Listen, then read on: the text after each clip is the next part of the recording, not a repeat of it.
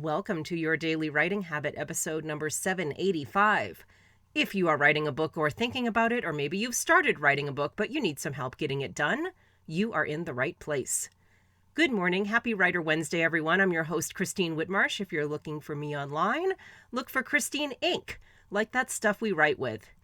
Each day, I'm sharing with you the writing habits I've learned over my 19 years as a ghostwriter, book coach, and author.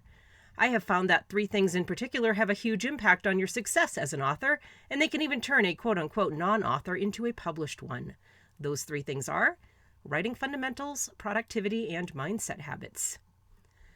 And once again, good morning, everyone. Happy Writer Wednesday. What we do on Writer Wednesdays here on the show is I share a quote with you that is pertinent to writing or being an author or all that other good stuff.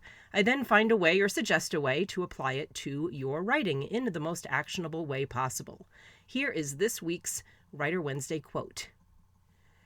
If you know your archetypes, and not just yours, if you know how to perceive the world in archetypes, through archetypes, everything changes. Everything. Because you have two things. You can see through one eye, which is impersonal, and through the other, which is personal. That's the way the game is written down here.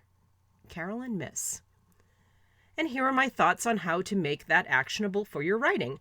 Archetypes. Let's talk about that. For characters and plots, for me, these are the writing gods' way of reminding us that we don't always have to reinvent the wheel every time we start a new book. They're there to get the ball rolling and spark our imagination, especially at the beginning of the book writing process when we're trying to figure out what the heck we want to write about, or in many cases, narrowing it down to what we want to write about.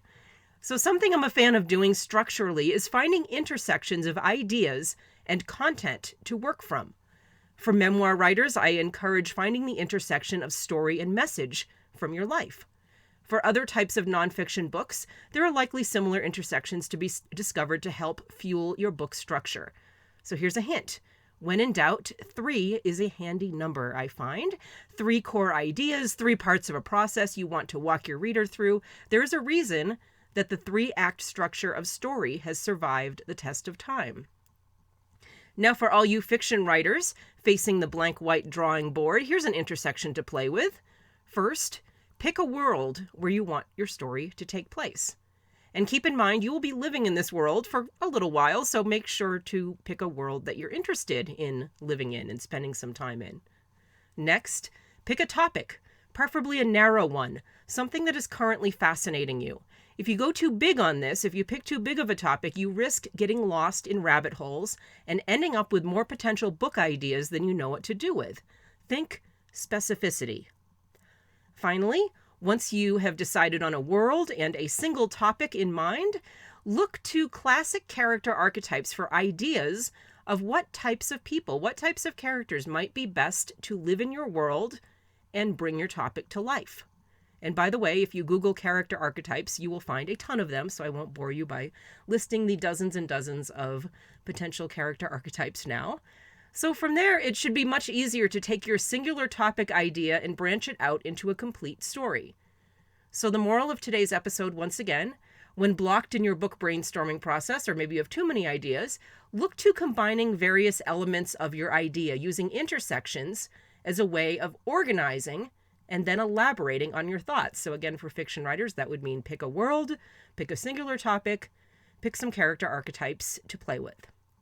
So recapping today's quote, if you know your archetypes and not just yours, if you know how to perceive the world in archetypes through archetypes, everything changes. Everything. Because you have two things. You can see through one eye, which is impersonal, and through the other, which is personal. That's the way the game is written down here. Carolyn Myss. Happy Writer Wednesday, my fellow authors. And as always, thank you for joining me here on your Daily Writing Habit, where I am helping you write and finish writing an awesome book. And please drop by my Inc. Authors group on Facebook for motivation, accountability, book writing, publishing resources, and more. I always drop the link in the show notes. Until tomorrow, happy writing.